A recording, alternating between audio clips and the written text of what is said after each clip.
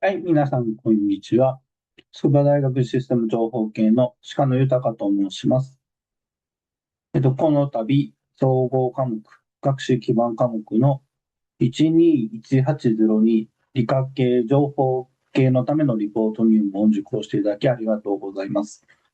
私自身は、情報学群情報科学類の担当教員を務めておりまして、本授業を本2026年度より開講しました。皆さんに理科系情報系のためのと書いてあります通り、いわゆる理系と言われている人たちが、レポートをどうやって書けばいいのかということが、大学生になって初めてであるという経験であろうかと思うことを、ということをきっかけに、この授業を企画しました。皆さんぜひ楽しんでいただければなと思っております。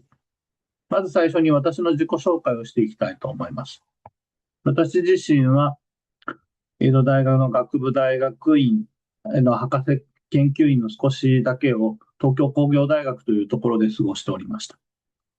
で、その途中にアメリカのボストンにありますマサチューセッツ工科大学に客員学生として研究しに行ったり、その後、大学院卒業後は愛知県岡崎市にある分子科学研究所というところで仕事をし、その後、東京大学先端科学技術研究センター、慶應義塾大学、群馬大学と教鞭を取って、その後、2023年10月より本学筑波大学に着任しました。私自身の研究分野のモチベーションは自然現象のありのままを見たいという、そんなモチベーションになっておりまして、そのありのままの姿を解き明かすために測定の限界を知りたいと思って、現在もなお研究を続けております。この研究分野は量子論の基礎といったり、量子情報科学といった研究分野になっておりまして、本学では、私、情報学群、情報科学類にて、教育研究が盛んにされているところです。本研究、私の研究内容、遍歴に関しては詳しくは説明しませんが、こちらにありますように、様々、紆余曲折、所属を移しながら、発展していっているところでございまして、今もなお、様々な研究に携わらせていただいております。で、もともとは、私自身、東京工業大学時代は理学部物理学科というところにおりまして、指導教員は細谷昭夫先生という先生に扱えておりました。で、こちらの先生に、言われた一言が、本授業を行うきっかけになっておりまして、そこで学んだこと、その後、私が研究者として、様々に研究教育活動をする中で、レポートを書くということの抵抗感をなくしていくということを行ってきていましたので、その関係で本授業が立ち上がっております。で、さらに、まず、本学に入ってみると、本学に着任したときに私自身が一番嬉しかったことは、私が物理を勉強していたということもあり、真っ先に本学に着任したときに、友永慎一郎先生のことを思い出しました。友永慎一郎先生は、この筑波大学の前身であります東京教育大学の学長を務め、その前身であります東京文理科大学の教授でもありました。たくさんの著作を書かれているかと思いますけれども、その中でも物理学とは何だろうかと言われている本は、非常に多くの物理学者を魅了し、なおかつ、啓蒙活動として、広く物理を、啓蒙か、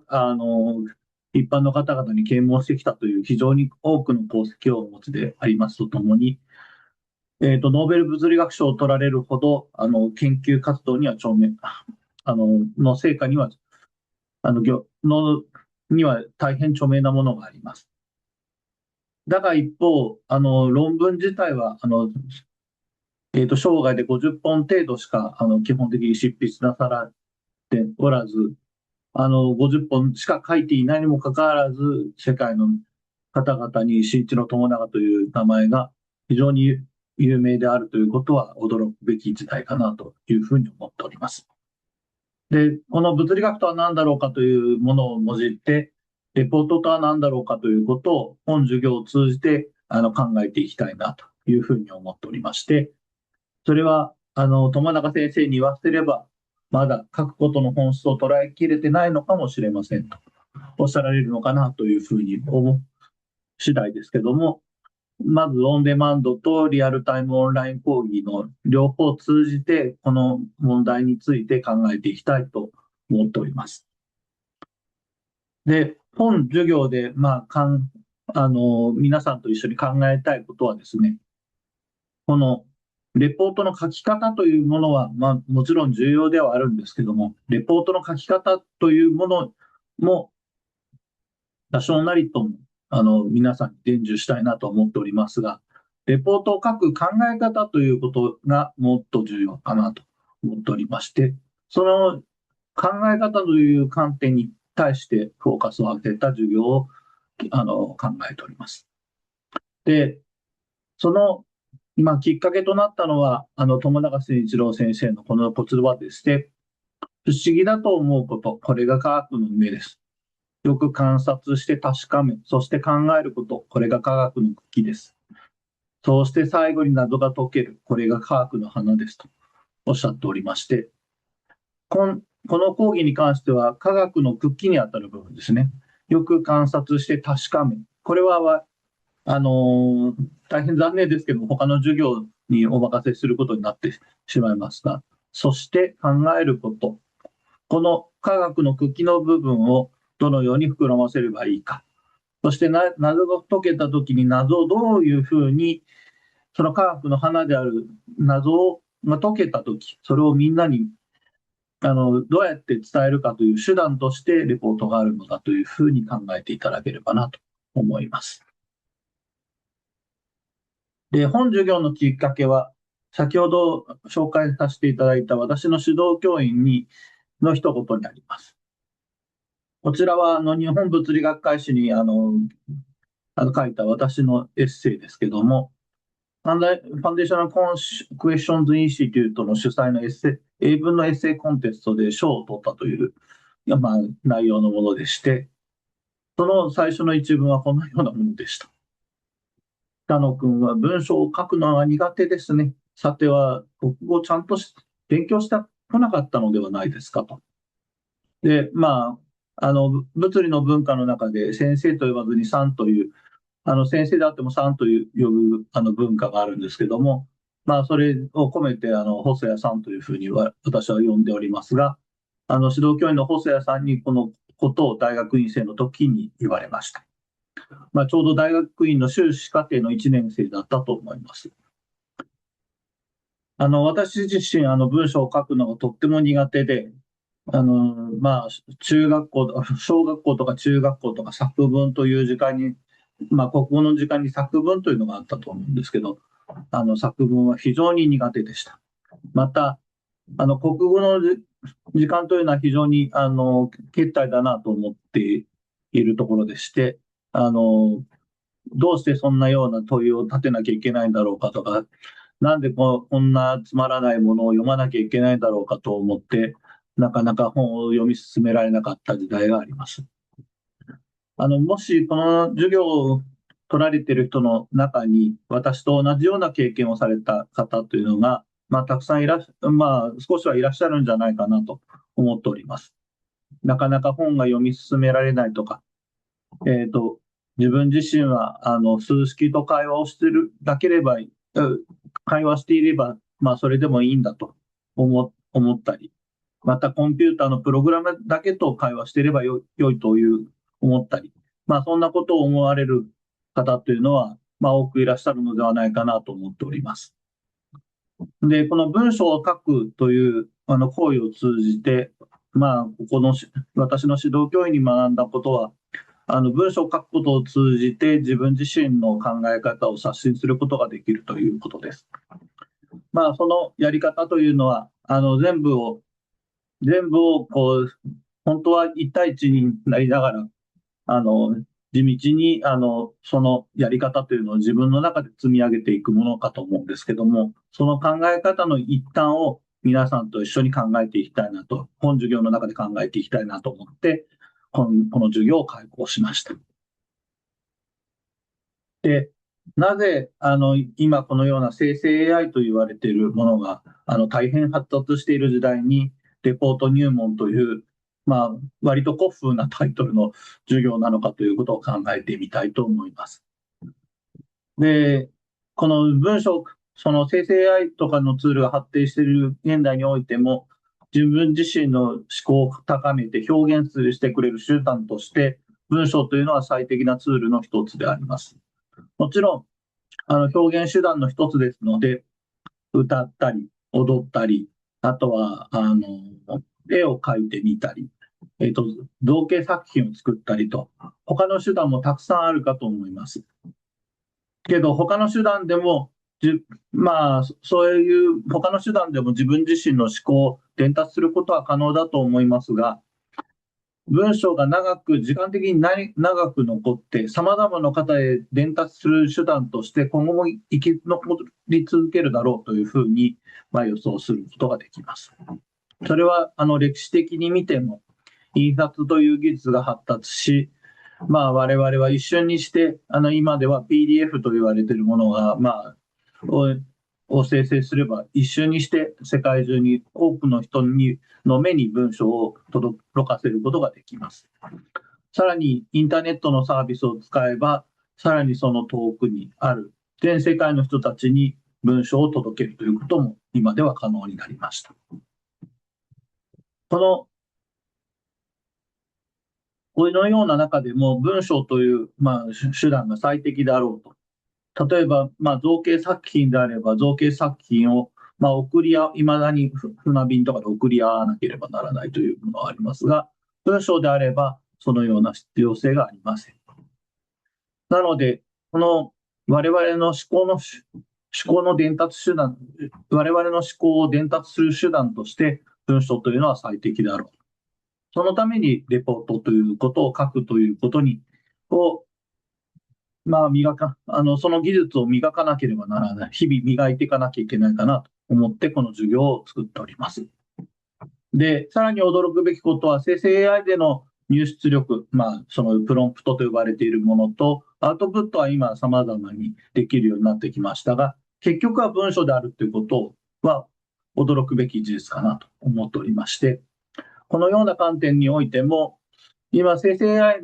の技術が必要であるというふうに、感じられている方多いかと思うんですが、そういう中でも文章を書くということを通じて自分自身の思考を表現する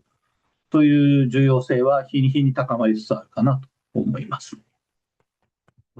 そこで本講義の対象者というのは以下のように設定しました。大学に入ってレポートというのが、たくさん出てきたかと、今の大学1年生は思うかもしれませんけど、どうやって書いてよいかわからない方というのが、初めてレポートを執筆するので、わからないという人がいらっしゃるかと思います。で、レポートを執筆することを通じて、自分自身の考えを磨いて、よりよく文章によって表現したいと。そんなことを思っている人たちに向けて、講義をしたいと思っております。で、この授業は講義をオンデマンド講義という形が、4次元文とリアルタイムオンライン講義というので、みんなで考える場を、一緒に考えていこうという場が、あるんですが、それだけでは結局はレポートの書く技術というのは上達しません。それは、サッカーの試合を見て、サッカーが上手くなる人がいないのと同様に、サッカーは練習しなければ上手くはなりません。同じようにレポートを書くということを通じてでしか、レポートを書く技術というのは上達しませんので、同じように実際にレポート執筆してみることで、つまり手を動かすことで、そういうことが上達することができるんじゃないかなと思っております。なので、その点、オンデマンド講義だけを見ればいいやとか、そのリアルタイムオンライン講義だけを出ていればいいというものではなくて、その授業の時間外になってしまいますけども、実際に手を動かしてレポートを執筆してみるということを強くお勧めします。そのような中でですね、本講義の約束事項と注意事項ということを書かせていただきました。で、レポートの中身というものに対する制限というのは、基本的に何も設けておりません。ただし、倫理的に非常にそぐわないもの、筑波大の学則に書いてあるような、非常に人格を否定するなり、そういうものに関しては、慎んでおやめください。それは筑波大の大学学生であるという自覚を持ってくださいと言っていることと等価です。で、また、他者、組織も含みますけれども、対して最大限尊重していただき、誹謗中傷を行わないでください。で、これは、ディスカッションとかそういうことがしていきますけど、そういう時に、お互いのことを最大限尊重し合って、誹謗中傷ということはないようにしていただければなと思います。で、なるべく自分自身に正直であってほしいなと思っております。その自分自身に正直でないと、その気持ちであったり、どのように、どのような、向き合い方をすればいいかということを、一人一人が考える時間を取ってもらえればなと思っております。で、そのようなことからなるべく他人と比較しないでほしいなというふうに思っております。ただし、このようなことは簡単に書いてありますけども、簡単ではないということは私自身よくわかります。どうしたって他人のレポートというのを見たら自分と比較したくなりますし、よく書かれているなというふうに、周りの人たちはよく書けているなと思ったりすることも多々あるかと思います。ですが、できる限り自分自身と他人を比較しないで、今ある自分自身の姿に向き合うということが非常に重要なことだと思いますし、そのようなことができれば、きっと、このレポートの技術だけでなく、他の授業でも上達することが可能になるかと思います。そのような考え方を身につけていただきたいと思って、レポート入門という題材ではあります。レポートを執筆する、そして遂行する、そして査読をするという、そういう活動を通して、自分自身を磨いていってもらえればなと思います。そして、このような作業というのは遂行するとか、批評するとか、批評されるということは、精神的にとっても苦しい作業です。なので、精神的に苦しい作業をしているがゆえに、一人ぼっちになったりしていると、心身ともに健康を害することがあるかと思います。そのような場合、講義の参加を見合わせていただいても全く問題がありません。どうぞ、心身の健康が第一ですので、そちらの回復に優先してください。で、もちろん頑張ろうという気持ちは非常に重要ですが、精神的なバランスを崩してまで参加する必要性は個人的にはないと思っております。で、非常にレポートを書くだけという授業に思えますけども、レポートを書くという、行為を何回も何回も繰り返していくと、次第に自分自身と向き合わざるを得ないという時間がやってくるかと思います。で、もしそのような状態になったら、私の講義は、一通り、お伝えしたいことは伝わってるなというふうに思っているんですけども、そのような状態に入ると非常に精神的には苦しいというような、裏返しの関係がありますので、その時にはどうぞ無理をなさらず、誰かにヘルプを求めたりすることをしてください。で、先ほども少し紹介しましたが、レポートを執筆するための技法より知恵に力点がありますので、本講義を受講する際には注意してください。もちろん技法をたくさん知りたいという方は、多くの書籍というのがすでにいっぱい出版されておりますので、そちらをご覧いただければ、そのような技法、テクニックを、どのようなテクニックで書けばいいかということが、書かれているかと思います。また、これも千差万別だと思いますので、絶対にこれがいいというものはありません。絶対にこれがいいというものをもし書いているところがあれば、それは何か別の観点で見たときに、こういう理由でそれは違うということが、説明可能かと思います。なので、そのようなものに注意した上で、個々人に合った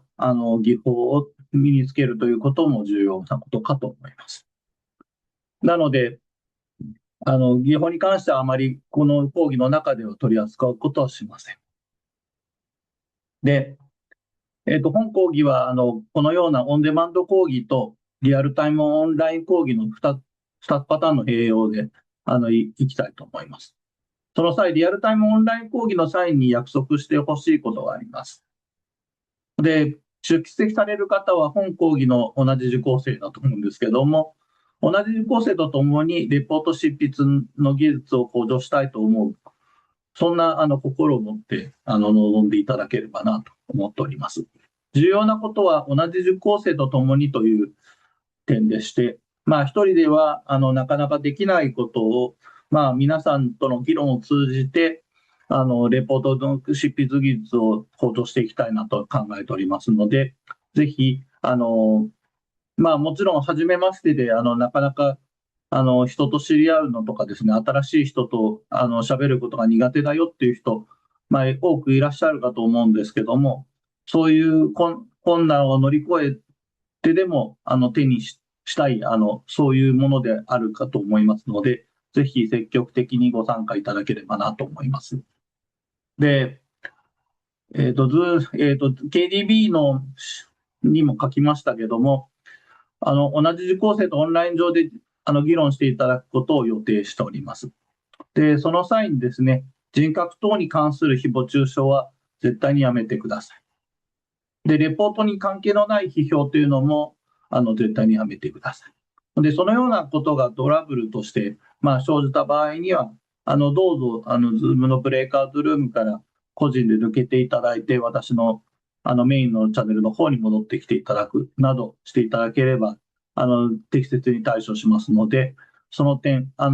絶対にそこにいなきゃいけないということがないということだけは覚えておいてください。で、また、ネットワークトラブル等は非常にやむを得ないことです。私自身もネットワークトラブルで、ズームから外れなきゃいけないことがあるかもしれません。それは了承していただくことということを、あらかじめ、ご承知おきいただければなと思います。また、Zoom のブレイクアウトルームを使うと、私自身の経験によれば、個人の経験によれば、これ、大量なブレイクアウトルームを立ち上げると、誰かしらは落ちてしまうということがあります。で、ネットワークを最善良くしてくださいというのが一つのお願いなんですけども、全員がきれいに1回で揃ったということはなかなか経験上ありませんので、そのような点があるということはご承知おきください。で、以上のことが了承できない場合ですね、リアルタイムの講義の会に出席しなくても問題ありません。もちろん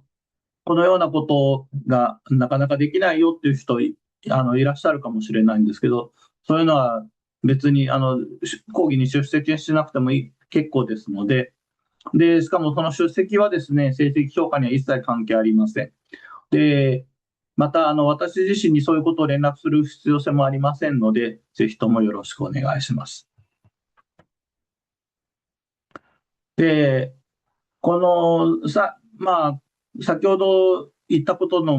少し亜種ですけども、欠席連絡というのは不要です。で、今回集中講義形式でそのリアルタイムオンライン講義というのをやらせていただきますけども、さまざまな事情、例えばですね、その日に、何か学内用事が入っているとか、他の授業が入っているとか、歩行があるとか、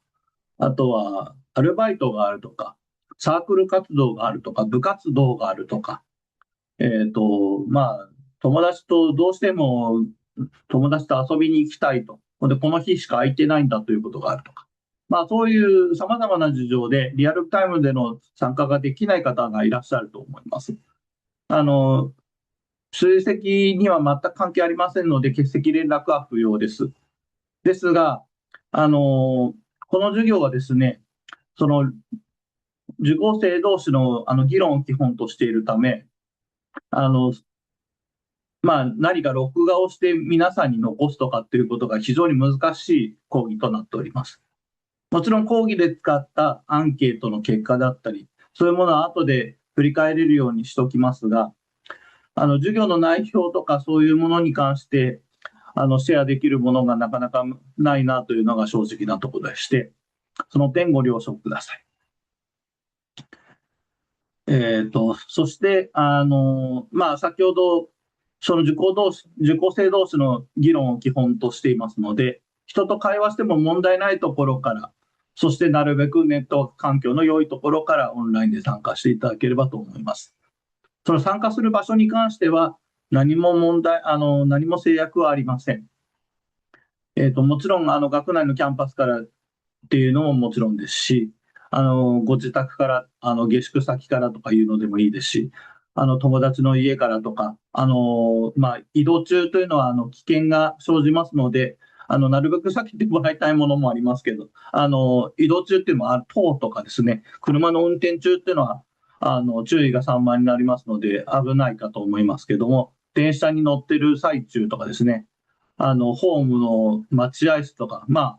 多少人と会話してても、ある程度ちょっと一人で一言ブツブツ言ってる、なんか、なんか、ちょっとどうしようかなっていう感じぐらいではあるかと思うんですけど、そういうところから別に参加されても、あとはその外出先ですね。外出先とか外とかですね。せっかく外に出たら気持ちいい季節になってきましたので、そういうところからご参加していただいても全く問題はありません。で、また、ネットワークとの不調で参加できなかった際も、事前及び事後の連絡は不要です。こちらは、別にしていただくことは、もう別に妨げませんけども、別に連絡をしたからといって何か起こるわけではありませんので、よろしくお願いします。で、何度も言いますように、本講義の授業の出席は一切成績に影響しませんので、課題をきちんと提出していただければ、成績自体は、に反映されます。で、そのような観点から、受講スタイルとして、オンデマンド講義が4次元分あります。で、今回は授業の進め方ということで説明させていただいて、授業の日程、課題の締め切りについては、これは動画がありませんが、学ば上の重要情報欄というところをよく見て、そこに授業日程と課題の締め切り日の一覧が書いてありますので、課題の内容もそちらでご確認ください。そして、あとは4回分ですね。4次元分の動画講義があります。レポートを書く前にというタイトルの動画講義と、問いの立て方、書き始めの方法、遂行の仕方、査読の進めという動画講義を用意しております。で、リアルタイムオンライン講義は6次元分あります。日程はこちらも学ばで確認してください。で、現状の確認、良いレポートとは何かということを1回目に、2次元連続で行いたいと思っております。で、2回目は、音読ということにフォーカス、焦点を当てて、インプットの変化によって、どのようなことが起こるのか、そして、レポートをどういうふうに、読みたいと、読まれるようになるかということを考えていきたいと思っております。こちらも 2次元連続で開講します。また最終回の3回目は、査読の練習ということを皆さんと一緒にやらせていただいた後に、本講義で何を学んだかなというまとめの時間にしたいと思っております。で、アンケート機能、Zoom のブレイクアウトルームを頻繁に多用するのと、あとは Google のアンケート機能を使えますので、そちらにアクセスできるように設定していただければなと思います。で、そのためには、Zoom というのが何であるかということをご紹介しなきゃいけないかと思うんですけども、Zoom をまず、というのは、このような Web アプリケーションのことでして、まずダウンロードをしてください。アプリケーションをダウンロードしてください。Zoom のアカウントをできれば設定してください。で、大学のメールアドレスからアカウント設定しなくても別に結構です。今回、別に筑波大学のアドレスから入っているかのチェックというのは行っておりません。で、今後、学ば上とかで配られる Zoom の URL をそのままクリックしますと、Zoom にログインしている端末、これは、パーソナルコンピュータであったり、タブレット端末であったり、スマートフォンなどから入出していただいて、マイク、ビデオがオンになっているかというのをチェックしてください。不安だよという方のために、チェックの時間というのを設けさせていただいて、自分自身が入出して、そのズームに入出して、ビデオとマイクが出てくるかということを確認し、それでまた、ご自身で退出していただくということをやっていただければなと思っております。で、ズームに入っている端末から、何でもいいんですけども、Google フォームと Google ドライブにアクセスできるようにしてください。で、Google ドライブは何のためにありますかというと、皆さんの書いたレポートの束というのをそこに入れておきます。で、これは200個近いファイルがそこに集まっていますので、その中から指定の一つを探し出すということはかなり至難の技です。検索機能が素早くできるように、検索窓が打てるようにしていただければなと思っております。特に学籍番号を打っていただく機会が多くなるかと思いますので、そちらでご確認ください。で、Zoom が入っている端末上で、これも可能であれば、学ばにアクセスできるようにしておいてください。同じデバイス上でアクセスできるようになっていると、少しネットワークは重くなってしまいますが、きちんと学ば、Google ドライブ、Google フォームということが、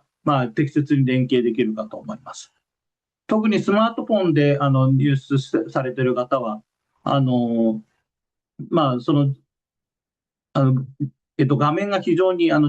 面のウィンドウが非常に小さいと思います。そこでレポート読んだり何かみんなで議論したりするというのは一緒のデバイスだと非常に難しい部分があるかと思いますので、あまりお勧めはしませんが、別にそれでも問題ないよと。で、そういうことやってみても全然私は平気ですよという人がいれば、スマートフォンから入っていただいても問題ないかと思いますし、今ではたくさんの、そういうモバイルデバイスであったり、計算機デバイスが出ておりますので、そちらからアクセスしていただければと思います。で、肝心の成績評価方法についてお伝えします。課題は3つです。すべて学ばのアンケート機能から提出してください。課題1は10点で、筑波大学在学してみて気づいたことについて論述してください。そして、A4 版のPDF 形式で提出してください。でこちら提出すると10点です。で、課題2に関しましては50点で、自分自身の興味のある学問分野について、中学、高校生までの前で発表するという想定で、自分自身の今までとか今やってること、または今後やってみたいことを含めて論述してください。こちらも A4 版の PDF 形式で提出してください。で、読者の対象は中学生とか高校生で、どんな高校生であるかとかはあまり指定しておりません。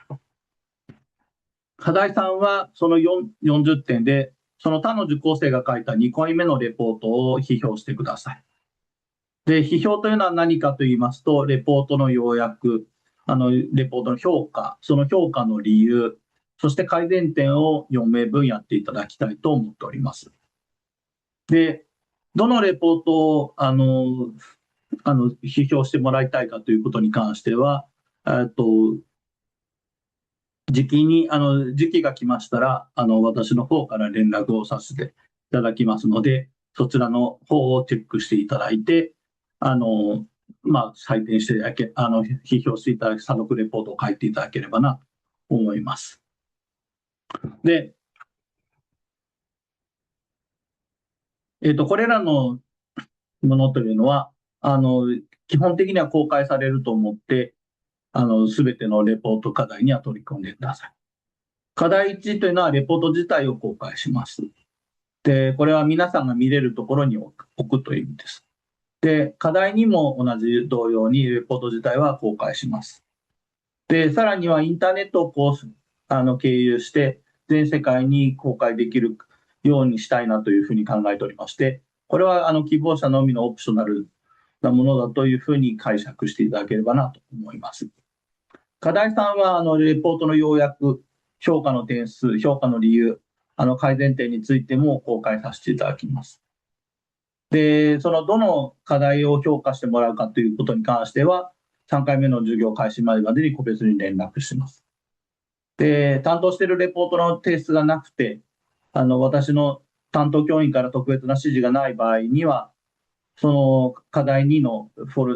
レポートがたくさん埋まっているプールの中から自分の好きなものを見つけて、好きなレポートを評価していただいて構いません。そのため、クラスメンバー以外に、本人の許諾なく、例えばレポートだったり、要約だったり、そういうものを公開しないでください。その点は、その辺の違反があった場合は、私に通告していただければなというふうに思っております。ということで、授業の内容に関し、進行の仕方、成績評価方法に関しては以上です。皆さんで一緒にレポートを書くことについて一緒に学んでいければなと思っております。お疲れ様でした。